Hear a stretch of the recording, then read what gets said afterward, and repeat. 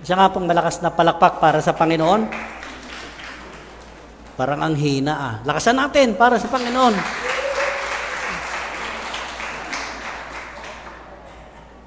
Mag-umpisa ako sa isang tanong. Tanong na pwede natin kuhanan ng kasagutan. Ano nga ba talaga ang ibig sabihin sa buhay ng isang tao na nakipag-isa kay Kristo Jesus? What does really mean our new life in Christ? The word in Christ, pagdidiinan ko yan dito sa mensahe kasi in Christ, yung taong nakipag-isa kay Kristo Jesus. Ano nga ba ang tunay na kahulugan? At ano yung mga saysay nito sa buhay ng isang mananampalataya? And why should we care to know? Bakit kailangan kong malaman kung ano ba? Kasi ang taong nakipag-isa kay Kristo Jesus, dapat must be transformed. May nangyayaring pagbabago sa ugali, sa asal, o sa anumang gawi ng isang tao. That's why we should be taking care to know. Kailangan natin malaman ang lahat ng mga bagay na yan. Ang mensahe ay pinamagatang reconciled in Christ. A conversation on Ephesians chapter 2 verses 11 to 22. Si Pablo po ang nagsulat nito sa mga taga-Efeso. Tayo po'y manalangin. Amang dakila, pinupuri ka namin, pinasasalamatan ka namin to the highest praise, glory, and honor. At sa aming mga katatayuan, Panginoon, dalangin po namin na kayo, O Diyos, ang mangusap. Kayo magturo. Hayaan namin ang Espiritu ang siyang magturo sa amin at magbigay ng mga mensahe na pwede po makapagpabago sa aming pananaw, sa aming pagkatao, at ibinawa, puspusin mo kami, Panginoon, ng pagpapala ng kalakasan, kapayapaan at kagalakan, pag-ibig na galing sa aming Panginoong Kristo. Ang mensahero ay magamit lamang na tungtungan ng inyong salita. At kayo po ang siyang maringgan namin. Sa tinig ninyo, Panginoon, nawa merong mabago sa amin sa oras na ito. At hahayaan namin ang pagkilos ng banal na Espiritu sa bulwagan na ito. Malaya po kayong mag-usap, magturo, at higit sa lahat, kami ay bigyan ng panibagong katuruan so that we will be able to know you better and better. Ito po yung samot dalangin namin, punong-puno ng pag-asa. In Jesus' name we pray. Amen. Now, pag nababasa natin, reconciliation, reconciled, di ba ito yung mga tao na nagkagalit, tapos magbabate. Sabi nga, di ba, pang ang taong lalo sa mag-asawa, di ba, pag nagkagalit kayo, pag nagbati naman kayo, nandoon daw yung second time around, mas mainit, no, yung inyong pagmamahalan. Dito sa pamagat, reconciled in Christ, si Apostol Pablo po ang sumulat ng Epistle of Ephesians. Now, ito yung isang pwedeng summarize ko, bago tayo lumabas mamaya. Ito yung summarize na pwede natin makuha. In Christ, ang taong nakipag-isa kay Kristo Jesus. In Christ, God now resides with the people He has reconciled. Yung mga tao doon nakipag-reconcile kay Kristo Jesus ay pinananahanan ng Diyos. Siyempre, saan ba naman mananahan ang Diyos? Di ba sa ating puso, sa ating buhay? At kapag nanahan dito ang Diyos, ibig sabihin, ikaw ay nakipag-isa ng totoo kay Kristo Jesus. And that God, through the Holy Spirit, pwede siyang manahan sa buhay ng isang tao. Now, papakita ko yung ibang pictures dito. Nung lumang tipan kasi, nung Old Testament, historically background, makikita natin, yung tinatawag nilang tabernacle, from Abraham to Moses to Joshua, dito sila nakikipagniig, no? Nakikipag-usap sa Diyos. Ang mga Israelita, dito sila pumapasok. Para lang malaman nila, magdasal sila, mangusap sila sa Panginoon, at Diyos naman ay nangungusap din sa kanila. Especially mga highest priest. Dito sila pumapasok. Dito sila naglalagi. Now, nung panahon naman ng mga hari, nagkaroon na King Saul, King David, and King Solomon. King Solomon is one of the builder of the temple. No? Yung pinakamagandang templo sa Israel na binild ni Solomon. Actually, dapat si David ang mag-build nito eh. Pero hindi siya inalaw ng Diyos. Yung kanyang anak na si Haring Solomon. It was a famous, extravagant yung kanyang ginawang templo. Talagang ginto, lahat makikita natin.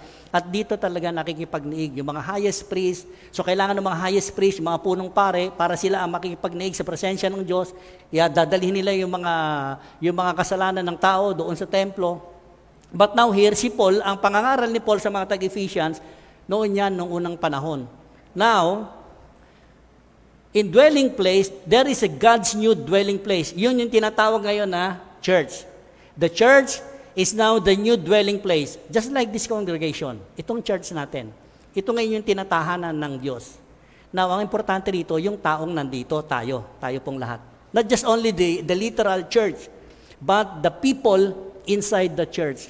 These are God's new dwelling place. Anong ibig sabihin ni Paul? Umpisa natin sa Ephesians chapter 2, verse 11. Ang sabi ni Paul, before that verse 11, ito yung mababasa niya sa verse 10 ng Ephesians 2, yung sinabi niya na, we are all craftsman ng Diyos tayo. Before the foundation of the world, to do good things.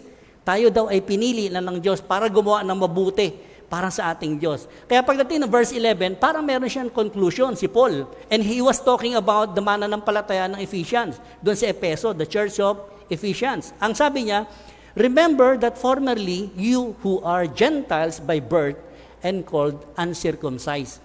So nung panahon kasi nung lumang tipan, si Abraham nakipag-covenant sa Diyos sa pamamagitan po ng pagtutuli o ng circumcision. Just like lalaki. Yun yung kanilang pinanghahawakan. Now, ang sinasabi ni Paul dito, kayong mga Gentiles, and remember that Paul was preaching the good news sa mga Gentiles. Ibig sabihin, hindi Hudyo. Parang tayo, mga foreigners, na hindi tayo talaga ng mga Hudyo.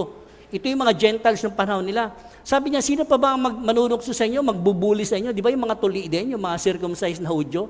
Kasi ginagawa ng mga Hudyo, binubuli nila yung mga Gentiles. Kailangan kayo magpatuli muna bago kayo maging Kristiyano. Yun yung naging basihan nila, batayan nila. But then si Paul, ang pinipreach niya rito sa mga Gentiles, hindi na kailangan yan. May close parenthesis. Which is done in the body by human hands.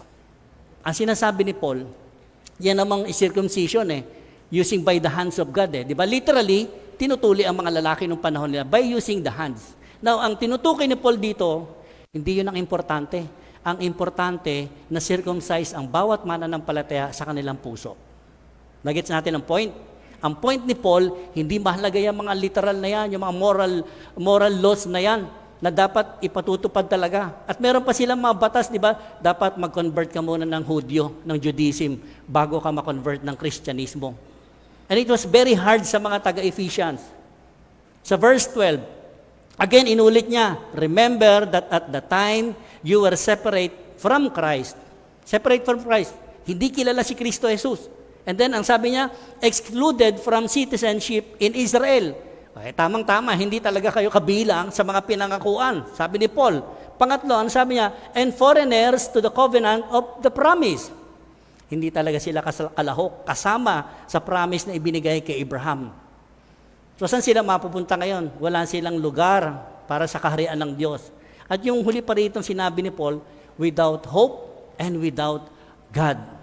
Para napakasakit, Yung kanilang kilalalagyan talaga, sinasabi rito, separate ka kay Kristo Jesus. Wala kang pagkakilala kay Kristo Jesus. Pag nilagay niyo yung sarili niyo, parang tayo ngayon to. We are all Gentiles na tinutukoy dito sa Ephesians ni Paul. Excluded tayo, hindi tayo kasama doon sa pagiging citizenship of heaven.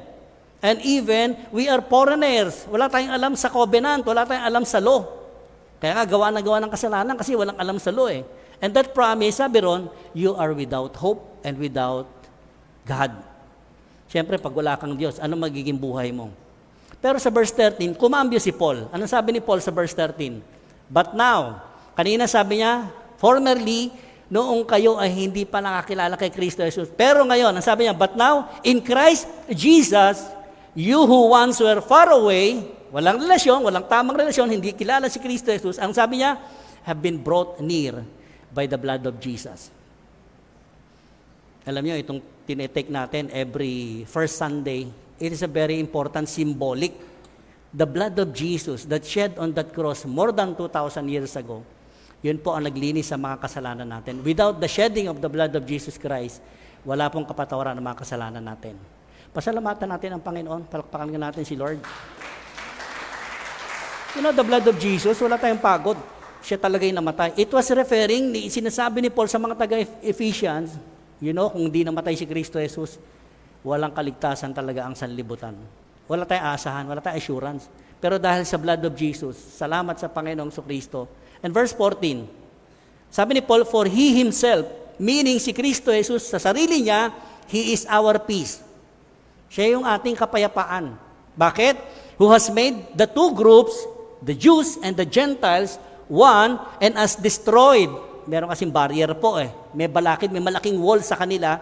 The dividing wall is hostility. Hostility, para sa Tagalog, pag tinignan mo, yung galit at puot ng Diyos nakapatong sa mga walang pagkakilala sa Diyos.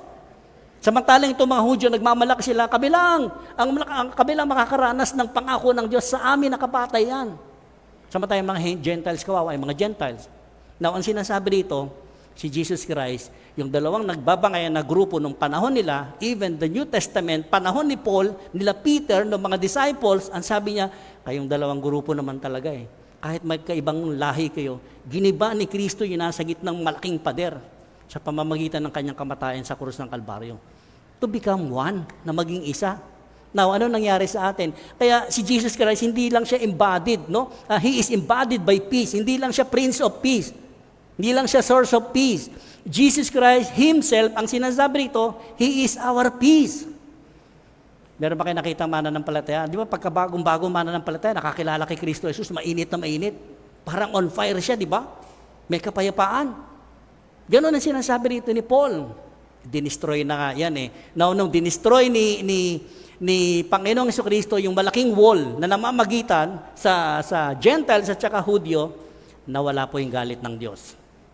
Tayong lahat dito, nung kinilala natin, tinanggap natin sa puso natin si Jesucristo bilang Panginoon, sariling tagapagligtas, yung galit at puot ng Diyos sa atin, nawash po yun, naalis po yun. Ngayon, meron tayong kapayapaan dahil si Kristo Jesus ang nandito ngayon sa puso natin. The next verse, tingnan natin yung drawing. May drawing ako dyan eh. Yung court of the Gentiles, yes, kita natin dito, di ba? Yan kasi yung temple during the day of Jesus Christ. May mga inner court, mayroong priest, may mga tinatawag na yung mga court of women, yung Israel, merong kanya-kanya silang lugar dyan. But yung court of the Gentiles, outsider sila. Parang ito sa church, nandun lang po sila sa labas at hindi sila pwedeng pumasok dito o doon man lang sa gate. Actually, pagka inaral mo nga ito, tinitingnan ko, binivisualize ko, yung wall na, yung malalaking wall po yan, malaking pader parang may nakalagay doon, no entry to foreigners. Paano kung Gentiles tayo? At yan yung giniba ng Panginoong Jesucristo during His day. But hindi nila maunawaan. Now, panahon ni Paul, dito kasi sa Ephesians, napakarami nilang goddess, napakarami nilang mga Diyos-Diyosan na sinasamba. One of the goddess ng Ephesians, alam niyo yung babae na maraming breast? And they were praying them, yung mga hindi nanganganak na babae, doon sila nananalangin lagi para magkaanak sila. One of the goddess nila yun, pero napakarami pong mga sinasamba nila dito sa Ephesians. Kaya itong si Paul, nangaral siya rito tungkol sa reconciliation. And that reconciliation builds, makikita natin dito, yung galit at puot ng Diyos na wala yun, nagkaroon tayo ngayon ng tamang relasyon sa Diyos Ama sa pamamagitan ni Kristo Jesus. And that is the cross of Calvary. Noong araw hindi makapasok ang mga Gentiles. But during the day, the temple of Jesus Day, very simple po. Sinimplified ng Panginoon. Alam niyo, lahat kayo, makakalapit kayo ng personal sa presensya ng Diyos sa pamamagitan ni Kristo Jesus. Now, verse 15. Sa ibang salin, ang sabi rito, by setting aside in His flesh, meaning sa katawan ni Kristo Jesus, the law with its commands and regulations, His purpose was to create in Himself one new humanity out of the two, thus making peace. Noong araw talaga, wala tayong kapayapaan, aminin natin. Sa pamamagitan ng katawan ni Kristo Jesus, di ba sabi niya doon sa bago siya ipako, sabi niya sa mga Pariseo, gibain ninyo yung templo. In 3 days, itatayo ko yan. Ang sabi ng mga Pariseo, di ba, 100 years tinayo ng mga ninuno namin yan. Sasabihin mo sa amin, 3 days, gigibain mo. And Jesus was talking about His body. Ito yung kanyang body, which is the temple. Hindi literal na building ang tinutukoy ni Panginoong Jesucristo, kundi yung kanyang katawan. Sinet aside niya yung sarili niyang katawan para lang yung mga law, mga commands, yung mga regulation, mga Israelita noon, sabi nga sa ibang salin, to abolish. To abolish. Now, ang tanong, Pastor, inabolish ba ang mga kautusan? Very clear lang, makikita natin, si Kristo Jesus po, ang inabolish niya yung mga moral values. Not just the law itself. Yung law, yung 10 Commandments, pag nakita natin dyan, halos lahat naman, di ba, nagtutulak ng pagmamahal, ng pag-ibig. Alam mo, sa ating mga mananampalataya, pagka mag-a-apply ka sa buhay mo na hindi maibigin, i-abolish mo yan. Kasi si Kristo, ang tinuro ni Kristo, love. Love na lang. Kung may nagagalit sa'yo, anong reaction mo? Di ba magagalit ka rin? Pero pagka si Kristo nananahan sa puso mo, kung galit yung kapwa mo, ano ibabalik mo? Di ba kabutihan pa rin? And that is love. Sa lahat ng aplikasyon ng buhay ng isang mananampalataya, dapat ang nananahan nangunguna lagi, naghahari sa atin. The supreme attitude and character ng isang mananampalataya ni Kristo Jesus ay love. Other than love, pagka sinala natin sa katuruan ni Kristo Jesus at hindi tama, hindi akma sa pag-ibig, hindi mapagmahal, yung approach, yung apply natin, wag na lang. Salain natin. Filterize in the teachings of Jesus Christ, which is love, forgiveness, acceptance. Lahat po yan. Makikita nyo rito, He create in Himself one new humanity out of the two. Hindi na dadalawang ngayon. Ang sinasabi ni Paul, di ba sabi niya sa 1 Corinthians 5:17, ang sino mga nakapag-isa o kumilala kay Kristo Jesus, tinanggap bilang Panginoon at tagapagligtas, siya ay bagong nilalang na. Naboborn again ka. No? Ang ibig sabihin, yung old self mo, namatay yun. Yung lumang pagkatao mo, namatay yan. Dead. Now, ang sumibol ngayon, yung bagong pagkatao na galing kay Kristo Jesus, thus making peace with God. Tingnan nyo, ang isang mananampalataya, kapag ka kumilala kay Kristo Jesus, ang unang-unang mararanasan niya, kapayapaan. Bakit? Kapayapaan patungo sa Diyos Ama. Kasi pag may connection ka na ng peace, galing kay Kristo Jesus, meron kang kapayapaan sa Ama, the rest, may kapayapaan ka sa kapwa-tao mo. Sino dito ang may kapayapaan? Taas nga ang kamay. Sige po, taas yung kamay, huwag kayo maya. Di ba, ang sarap na may kapayapaan? Kahit sa kabila ng mga pagsubok natin sa buhay natin, may kapayapaan ka, kapatid. It's all because Jesus Christ Himself, ang sabi rito, ibinigay niya yung kanyang katawan para sa atin, para tayo ay magkaroon ng kapayapaan lang. To create, His purpose is to create in Himself.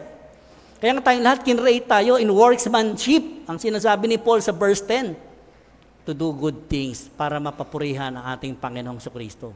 Yan yung sinasabi ni Paul sa mga Ephesians. Verse 16, and in one body to reconcile both of them to God through the cross by which He put to death their hostility. Ang sabi ni Paul, alam niyo ba yung kamatayan ni Panginoong Kristo? Dinala niya yung galit at puot ng Diyos papunta sa inyo. Anong napalitan? Di ba peace? Kapayapaan, reconciliation. Ang napakaganda kasi na dapat tayo ay nagiging bahagi tayo ng reconciliation. Hindi tayo nagiging bahagi ng pagkakawatak-watak. Remember na tayo yung mga lingkod ng Diyos. Dapat ang unang-unang aim natin, tayo ang nagagamit for peace. We are peacemaker. Not troublemaker. Yan dapat. Ang sinasabi ni Paul one body tayo, yes, to reconcile. Na-reconcile tayo sa pamamagitan lang ni Kristo Jesus, hindi dahil sa ating mga gawa. It's all because Jesus, what He did on the cross of Calvary, yung kanyang kamatayan, dinala yung bigat ng kasalanan natin, kasama doon yung puot at galit ng Diyos Ama na nakapataw dapat sa atin. Because of the darkness, nalipat tayo ngayon dito sa kanyang anak, yung light of the world. And whoever believes in the light will never walk in darkness. Ang sabi niya sa John chapter 8, verse 1. Tama? Kapag ikaw ay sumusunod na kay Kristo Jesus, you obey Jesus Christ, you abide in Christ, ano pa makakamit natin? You are walking in the light. Nasa iyo ang liwanag because Jesus is the light of the world. Palakpakan natin si Kristo. Pakitingnan mo yung katabi mo kung maliwanag talaga, maliwalas ba yung mukha o ano? Tingnan mo yung katabi mo. Mukha ba maliwalas? Oh. Now, ang turo pa ni Paul sa verse 17, naparito si Panginoong Kristo. Ang sabi niya, He came and preached peace to you, for me, who were far away, and peace to those who were near. Kasi nga, nagkakaroon na. Sa panahon natin, meron din naman ganyan, di ba? Ay naku, dikit ako kay pastor. Close kami ni pastor Ang sinasabi ni Paul, na parito ang Panginoong Kristo to preach peace. Kapayapaan ang daladala niya. Sa kanino? Sa mga taong walang relasyon. Malayo sa kanya. Sa mga taong dikit sa akin. Dalawa, hindi lang niya sinabi malayo Dalawa ang sinabi ni Paul dito. People who were far away and people who were near to make them peace. Napakaganda. O di dapat tayo rin bilang mga lingkod ng Diyos, dapat ang pinipreach natin kapayapaan. Hindi yung pag-aaway-away. And you know that the fact, this church belong to Christ. Pag belong to Christ tayo, kapayapaan lagi ang bitbit natin, dala natin sa pakikipagkapwa tao natin. Alam niyo yung magulong relasyon?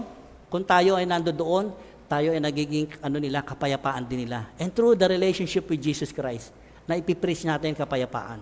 Yan ang tinuturo ni Paul sa mga taga-Epeso. Verse 18, Okay, may drawing pang isa, papakita ko. Yes. Yung mga Hudyo kasi nung araw, ang setting ng mind nila, yung condition ng mind nila, sila yung malapit talaga. Samantala yung mga Gentile, wala silang promise ng Lord. Kaya yung Jerusalem, Judea, Samaria, nakita nyo, outside the covenant, yung Samaria, kaaway ang turing nila dyan.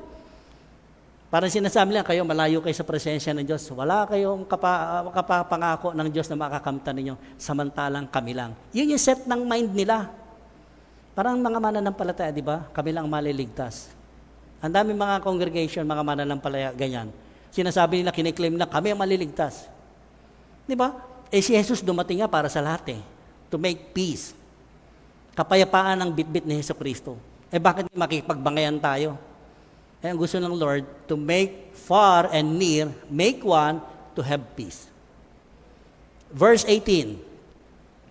Ito yung magandang pangako. For through Him, meaning kay Jesus Christ, we both have access to the Father by one Spirit. Nilagyan ko highlight yung access.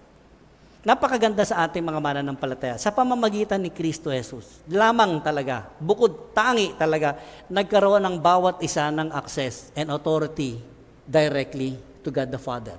And through the Son, Jesus Christ alone. Nakita yung Trinity rito? Sa pamamagitan ng anak, nagkaroon tayo ng access directly.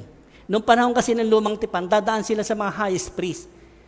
Father, ito yung aking kasalanan. Titingnan ng Father, merong hindi pwede yan, palitan mo yan ng 3 tupa, no? Paano kung wala kang pang offering na ganun? Okay, sabi, maliit lang yung kasalanan ko, kalapati lang, 5 kalapati. Ganon, dumadaan sa mga pare, punong pare, para i-offer yung dugo, iwisik doon para maalis yung kasalanan nila. But here, sinasabi ni Paul, tayong lahat na kinilala si Panginoong Jesucristo, nagkaroon tayong lahat, whether you are Gentiles, whether you are Jews, o kung sino ka pa man, o ano ka pa man, nabigyan ka ng access to God the Father and through the Spirit of God. Ngayon, nananahan sa ating mga puso, the Holy Spirit. Yun yung iniwan sa atin ni Kristo Jesus Ang tatay at ang anak nandoon. Ngayon, meron tayong Holy Spirit na residing dito. Sabi ko kanina, lahat na nakipag-reconcile kay Jesus Christ, pinananahanan ng banal na Espiritu. Tapos yung mga congregation na iba, Pastor, kailangan natin ng prayer warrior. Prayer nga ba't makikipagdigmaan tayo? Prayer warrior. Masakit man marinig minsan yan, di ba? Ba't kailangan pa ang prayer warrior? Hindi, kailangan natin may intercessory. Kailangan pa ba ng intercessory? Ang linaw ng sinasabi dito. Lahat tayo, kayo mga kapatid na kumilala, tumanggap kay Kristo Jesus, you have a direct access to God the Father to pray over. But of course, hindi naman masama. Ako ba yung prayer ko mas effective kaysa sa prayer niya? Pastor, paki-pray over nga. Siguro kung minsan tinatamad lang ibang mananampalataya, kaya mahilig magpa-pray over. Pero ang linaw ng sinasabi ng salita ng Diyos, meron pa marami nag-i-speaking in tongues daw. No?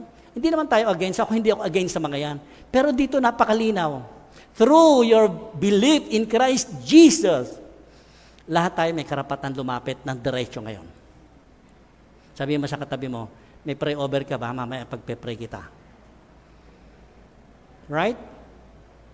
Ang dami mga congregation, masyado lang hina-higher rank yung mga ganyan. Kailangan natin ng intercessory. Kailangan natin ng speaking in tongues. Kailangan natin ng ganito, ganon.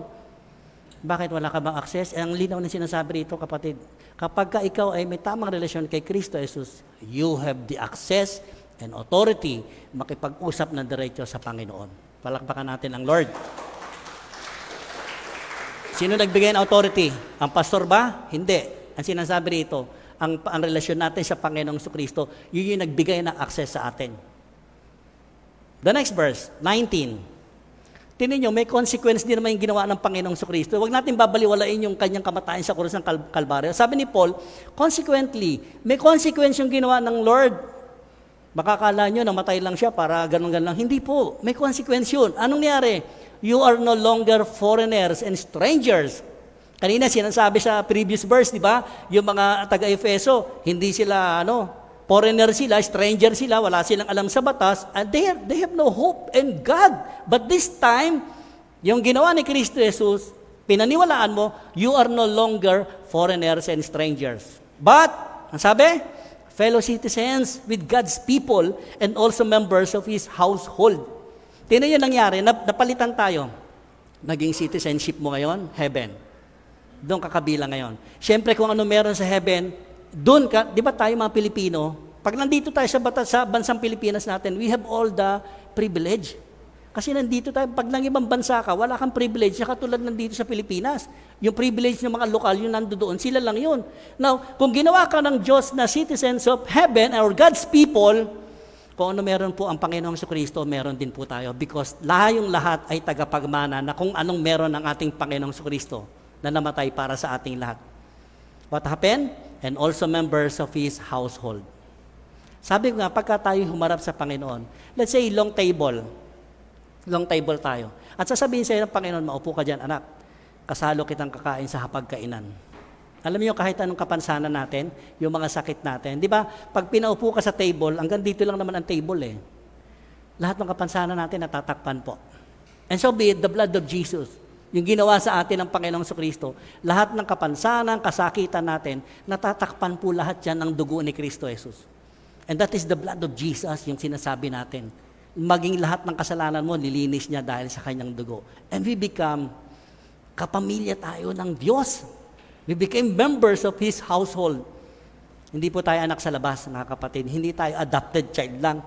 Kasi kung si Kristo Jesus bugtungan anak, lahat tayo, itinuring tayong anak din ng Diyos. Sino ang mga anak ng Diyos dito? Taas sa kamay. Yes, purihin ng Diyos. Palakpakan niyo yung sarili niyo that we became the child of God. Siyempre, pagka merong yung citizenship natin, kung ano merong pangako ang Diyos sa kanyang bugtong anak, meron din po tayong lahat.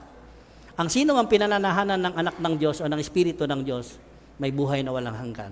Ang sabi ni John, yung hindi pinananahanan, hindi nananahan yung banal na Espiritu sa puso niya, wala siyang buhay na walang hanggan. Ganun lang kadirekta yung sinabi ni John. But of course, tayong mga tumanggap, meron tayong buhay na walang hanggan. Verse 20, ito yung isang matibay na sinabi ni Paul sa mga taga-Ephesians. Built on the foundation of the apostles and prophets with Christ Jesus Himself as the chief cornerstone. Isa si Paul dito na naging apostol niya. Ibig sabihin ni Paul dito, may drawing akong papakita, drawing. Ibig sabihin ni Paul dito, ang isang mananampalataya na hindi si Jesus ang cornerstone o yung pinaka-foundation, doon mo makikita, madedetermine mo yung stability ng mananampalataya and even yung karakter ng mananampalataya. Di ba tayo naman, sa tagal ng ating pananampalataya sa Panginoon Kristo, doon natin na-determine yung stability natin habang tayo yung journey of faith natin, right? Yung journey of faith mo, nagmamatured ka naman eh.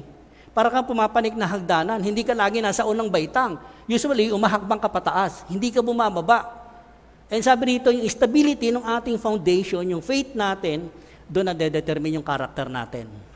Di ba si Paul din nagsabi, habang nagdadanas ka ng pagsubok, tumitibay yung stamina mo. At habang tumitibay yung stamina mo, nagtitiwala ka sa Diyos. At habang nagtitiwala ka, tumataas yung antas ng pananampalataya mo. Tayong lang lahat, nagtitiwala tayo sa mga asawa natin, di ba? Right? Pero mas magandang pagkatiwalaan natin ang ating Panginoong Kristo. Siya yung cornerstone. Yung drawing, pag inalis niyo yung mga nasa ilalim na yon, magigiba yung pader na yon. Kaya minsan makikita niyo, tanggalin mo nga ito, nakabara na ito sa bahay. Pag tinanggal mo pala, doon pala nakasalalay lahat ng foundation, di giba yung bahay. Ganon din, kapag wala si Kristo sa buhay mo, kapatid, ang dali mong ma-destroy, ang dali mong magiba. Subalit kung si Kristo ang foundation natin, di ba? Dumaan ng bagyo, dumaan ng malakas na hangin, mananatiling nakatayo ka kasi yung foundation na yon si Kristo Jesus. Verse 21. Malapit na tayo.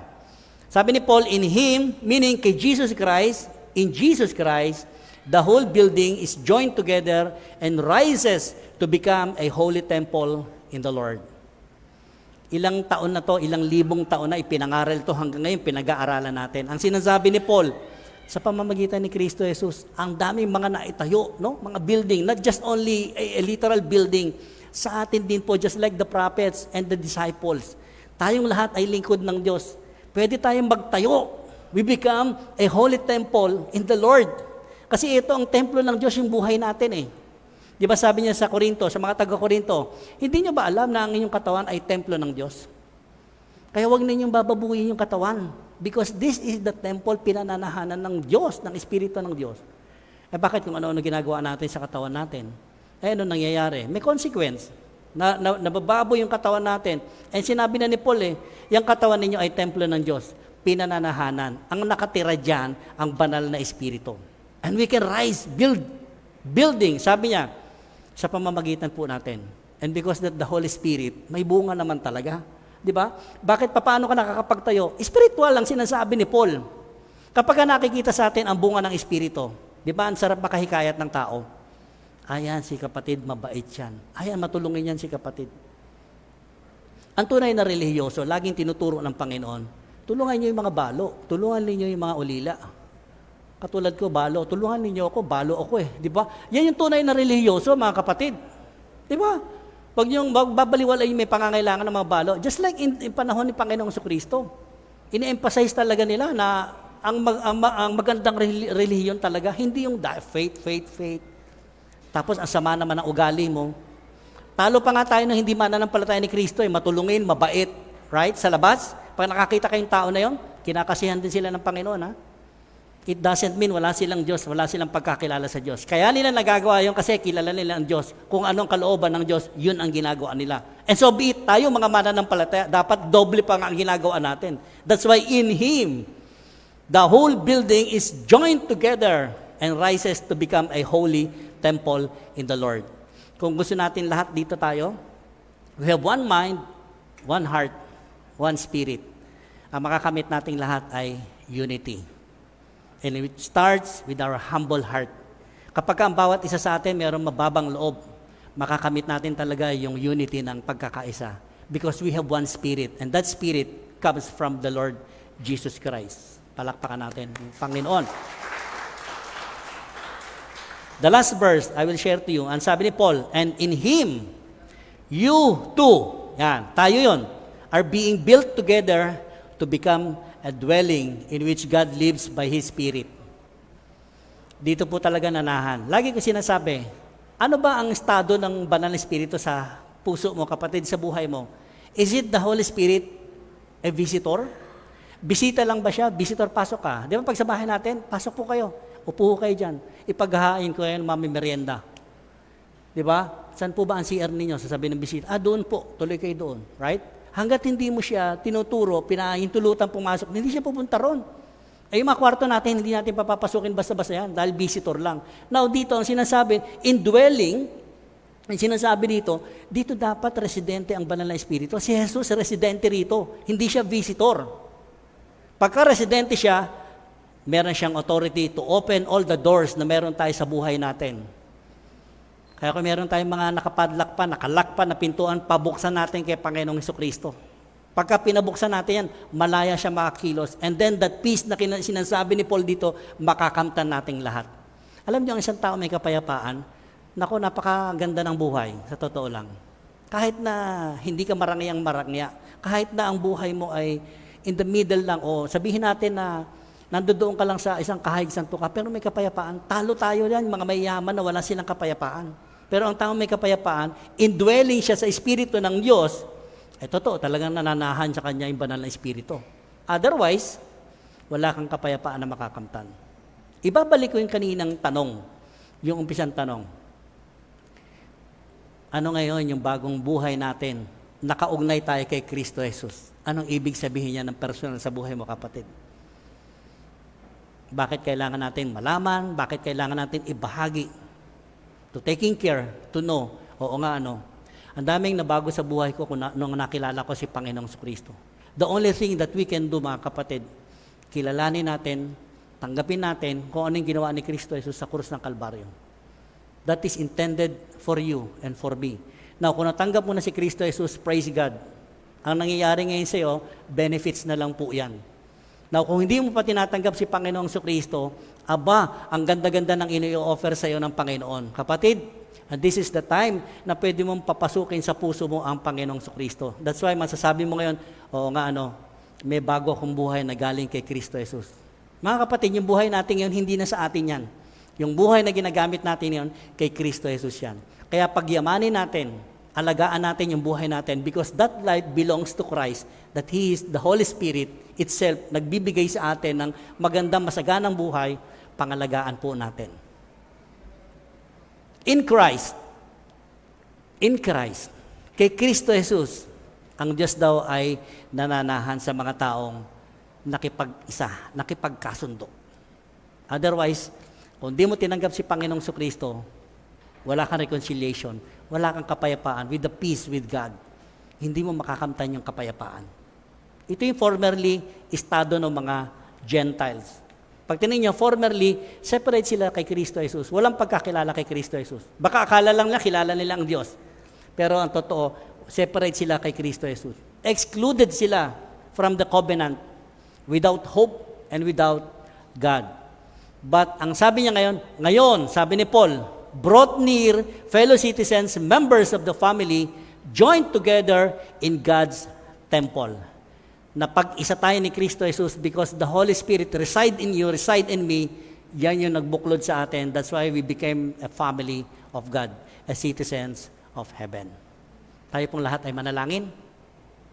Sige nga po, sino po rito ang wala pang, hindi pa tinanggap si Panginoong Kristo ng personal sa buhay niya? Sige po, yuko kayo, huwag niyo intindihin yung katabi niyo. Magtaas nga po kayo ng kamay.